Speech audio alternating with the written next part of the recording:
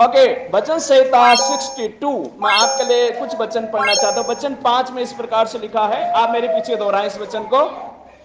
हे मेरे मन, परमेश्वर के सामने चुपचाप रहे, क्योंकि मेरी आशा उसी में है।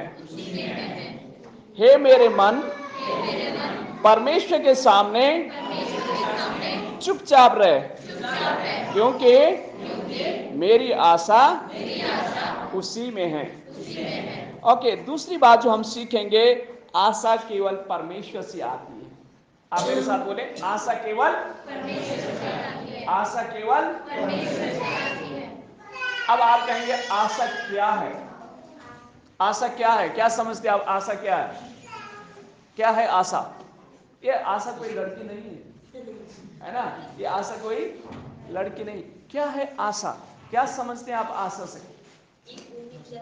हाँ, एक उम्मीद का किरण। एक बार जोरदार ताली हो जाए बेटी के लिए। एक उम्मीद की आशा है कि हम क्या करेंगे, परमेश्वर आएगा, हमें अपने साथ लेके जाए। ये क्या है? आशा है। ये उम्मीद की किरण है। ये आशा है हमारी कि परमेश्वर आएगा, हमें लेके जाएगा। ओके, भजन में कुछ बातें हैं जो हमें सीखने को मिलेगी। यहाँ पर आगे भी जब आप वचनों को पढ़ेंगे, जब आप 5 वचन से लेकर 11 वचन तक पढ़ोगे, तो आप वहां पर हम लोग जो सीखेंगे, आशा केवल परमेश्वर से आती है। ओके, वचन 6 में लिखा, सचमुच वही मेरी चट्टान और मेरा उद्धार है, वह मेरा गढ़ है, इसलिए मैं ना डिगूंगा। ओके, वचन 8 में लिखा, हे लोगों, हर समय उस पर भरोसा रखो, उससे अपने अपने मन की बात खुलकर कहो। वचन 10 में लिखा है, अंधेर करने पर भरोसा मत रखो और लूटपाट करने पर मत फूलो। चाहे धन संपत्ति बढ़े तो भी उस पर मन ना लगाना। वचन 12 में लिखा है, लास्ट पैरा में लिखा है, तू एक एक जन को उसके काम के अनुसार फल देता है। तू हर एक का अनुसार, किसके अनुसार देता है? काम के अनुसार फल देगा। जैसे मैंने कहा कि दूसरी बात जो हम सीखेंगे, आशा केवल परमेश्वर से आती है। आशा केवल परमेश्वर से आती है। परमेश्वर प्रभु यीशु मसीह हम सबों के लिए आशा का क्या है? केंद्र है, किरण है। जब आप और मैं पापों में, जब आप और मैं गुनाहों में दल दल में डूबने जा रहे थे, परमेश्वर प्रभु यीशु मसीह इस दुनिया में आया ताकि हमें इस पाप से क्या कर सके? बचा सके। जब आपकी और मेरी कोई मदद नहीं कर सकता है, उस समय परमेश्वर को प्रार्थना के द्वारा परमेश्वर से मदद मांगते हो, परमेश्वर हमारी क्या करता है? मदद करता है। जैसे हमने गवाही भी सुनी, उस बेटी की गवाही को सुनी है ना, अकेली थी, बेसहारा थी, लेकिन उसे एक आशा थी, क्योंकि वचन कहता है, मैं तुम्हें कभी नहीं छोड़ूंगा, तुम्हें कभी नहीं त्यागूंगा। तो एक आशा उसके मन में थी कि परमेश्वर मेरे साथ है। और जब परमेश्वर को उसने महसूस किया, प्रभु से प्रार्थना किया, परमेश्वर के दूत उसके संग और साथ रहे। जब आप और मैं, जब आपके परिवार में बीमारी, डॉक्टर लिख के दे कि 1 हफ्ते तक ये जिएगी, उसके बाद कुछ नहीं हो सकता, डॉक्टर ने क्या दे दी? निराशा दे दी। और आपके परिवार में हो सकता है कुछ कलेश हो गया, लड़ाई झगड़े हो गए, लड़ाई झगड़े होने के कारण परिवार टूट गया, और आपकी पत्नी ने कह दिया कि मैं तलाक देने के लिए तैयार हूं, छोड़ दूंगी, परिवार टूट गया। लेकिन परमेश्वर प्रभु यीशु मसीह आपकी बीमारी से फिर से आपको बचा सकता है, आपके टूटे परिवार को फिर से जोड़ सकता है। आमीन। किस पर आशा रखिए? उस परमेश्वर पर आशा, क्योंकि वो आशा का किरण है, आशा की किरण है। जब आपको ऐसा लगे कि जीवन में कुछ नहीं हो सकता है, प्रभु कहता है कि मैं फिर से नया करने की शक्ति रखता हूं, क्योंकि मैं इस पूरी सृष्टि का क्या हूं? सृष्टि करता हूं। और परमेश्वर, मालूम है इस भजन को कौन लिख रहा है? इस भजन को लिखने वाला दाऊद है। और मालूम है दाऊद के जीवन में क्या हुआ? दाऊद एक अच्छा काम उसने किया। अच्छा काम यह किया कि फलस्तीन देश में एक बहुत बड़ा जिसका नाम है गोलियात, वो गोलियात कहने लगा इजराइल देश में अगर कोई पहलवान है तो मेरे पास लेके आओ, मैं उससे लड़ूंगा। अगर वो जीत गया तो मैं और मेरा देश तेरे देश के इजरायलियों के देश के अधीन हो जाएंगे, लेकिन अगर मैं जीता तो तुम्हें गुलाम बनना पड़ेगा। निराशा कहां? फलस्तीन में। फलस्तीन के इस बड़े गोलियात को देख करके इजराइल में निराशा आ गई, क्योंकि इजराइल का जो राजा उस समय था, आप बाइबल पढ़ेंगे सीखेंगे इसके बारे में, वो साउल था। बाइबल कहती है साउल भी बहुत पहलवान था, बलवान था, लेकिन उस गोलियात के सामने डर गया। सब डर गए, लेकिन मालूम है दाऊद छोटा सा 17 साल का लड़का आकर कहता है मैं इस गोलियात से, लोगों ने उसे कहा अरे ये बच्चा ये तो गोलियात से, अरे अपनी शक्ल तो देख ले भाई, हैं तो इतना दुबला पतला है ना, तेरे पास कोई जो मसल्स भी नहीं है, कोई हथियार नहीं, तू कैसे लड़ेगा? ये कहता है मैं यहोवा परमेश्वर के नाम से तुझसे, आमीन। दाऊद का आशा किस पर थी? उसकी अपनी मसल्स में नहीं थी, न उन तलवार में थी, न कोई शक्ति में थी। उसकी आशा किस में थी? परमेश्वर पर आशा थी। और बाइबल कहती है कि गोलियात को दाऊद ने मालूम है क्या किया? एक छोटा सा पत्थर लिया, घुमा घुमा के यूं मारा, और मालूम है क्या हुआ? बाइबल कहती है कि गोलियात जो है ऐसा गिरा। अब मेरे साथ थोड़ा सोचे, अगर यहां से पत्थर लगता है किसी को तो पीछे गिरना चाहिए था उसको, कहां गिरना चाहिए था? क्योंकि अगर पत्थर का फोर्स इतना तेज है, अगर 120 की स्पीड में यहां से पत्थर जाता है तो उसे पीछे गिरना चाहिए, लेकिन कहता है कि वो मुंह के बल गिरा। मालूम है किसने मारा? परमेश्वर ने। आमीन। दाऊद ने सिर्फ एक्शन किया यूं, और परमेश्वर ने यूं मारा।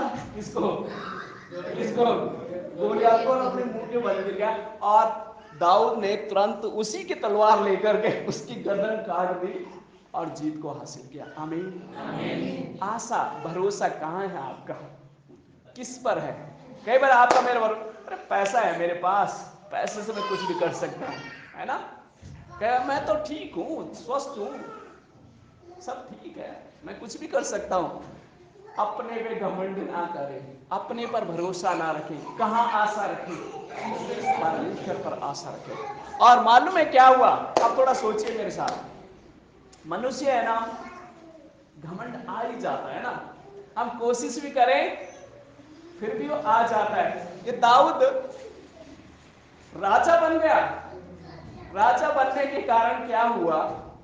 दाऊद के मन में तो घमंड, बाइबल नहीं कहती घमंड आया, लेकिन राजा साउल को लगा भाई कि ये छोटा सा बच्चा ये राजा बन गया, और मैं जितना पहलवान हूं, मेरी जितनी छवि है मेरे देश में, अब मुझे कोई पूछता ही नहीं है। क्योंकि उस समय गाना गाया गया, साउल ने 1000 को मारा और दाऊद ने 10,000 को मारा। भाई तारीफ किसकी हो गई? दाऊद की तारीफ हो गई। जैसे दाऊद की तारीफ होने लगी, राजा साउल को भी लगा भाई अब इसको मारना है। किसको? अब देखो, दाऊद को मारने के लिए बहुत सारी योजनाएं साउल ने बनाई। कभी उसको जंगल में भगाया, कभी गुफाओं में भगाया। अब दाऊद मालूम है वचन 5 में लिखता है, हे मेरे मन परमेश्वर के सामने चुपचाप रहे, क्योंकि मेरी आशा। दाऊद अगर चाहता है ना, जो गोलियात को मार सकता है, क्या साउल उसके लिए मारना मुश्किल था? आराम से मार सकता था, लेकिन चुपचाप रहा।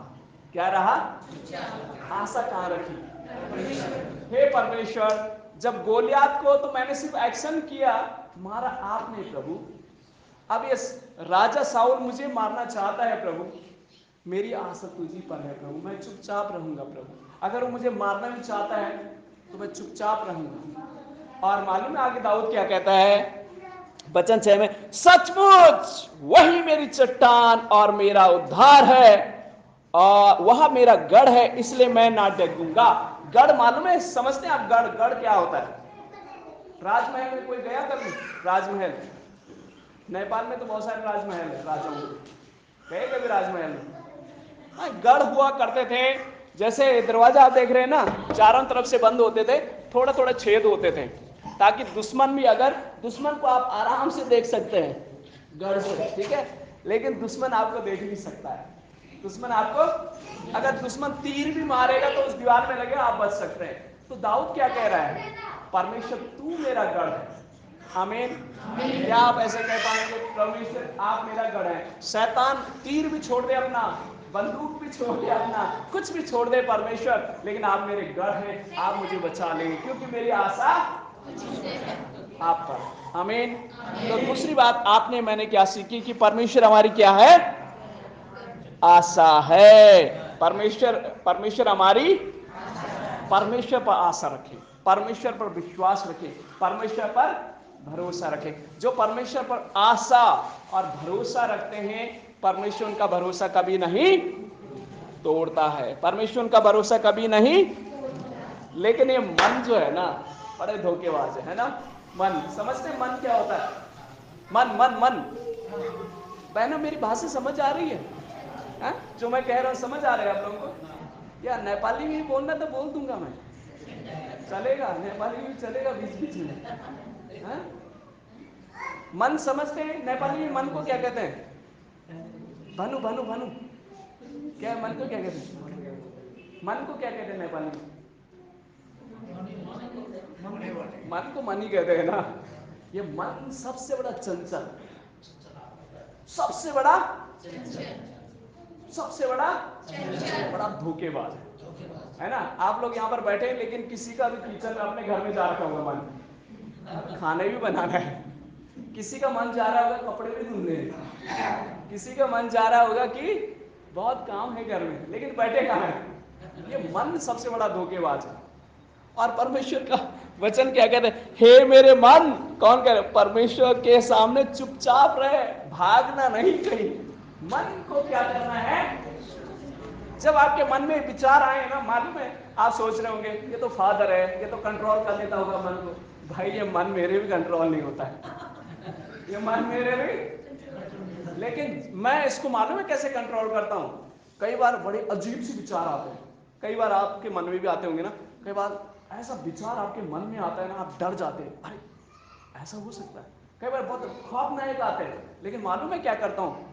प्रभु यीशु के नाम से तुझे अभी क्या करता हूँ? कंट्रोल करता हूँ। गलत विचार मन से निकले, मन को एकाग्र करें, तुरंत मन फिर से वापस लौट के आ जाता है, तुरंत मन वापस लौट। जब आपके मन में भी ऐसी बातें हो तो क्या करें? यीशु के नाम से तुझे डांटता हूं, गलत मन को, भटकने वाले मन को डांटो, वापस आ जा सही जगह में, चुपचाप रहे, गलत विचार मत लेके आ मन में। कई बार आता है ना, बहुत गलत गलत विचार आते हैं।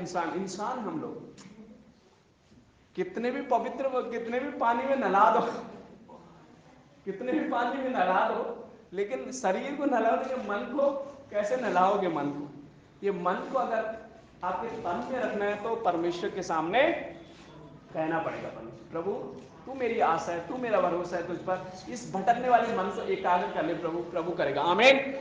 प्रभु इसको वापस क्या करेगा? लाएगा। 12 वचन मैं आपके लिए पढ़ रहा हूं। और हे प्रभु, करुणा भी तेरी है, क्योंकि तू एक एक जन को उसके काम के अनुसार फल देता है। मालूम है, दाऊद की कहानी से मैंने शुरू किया।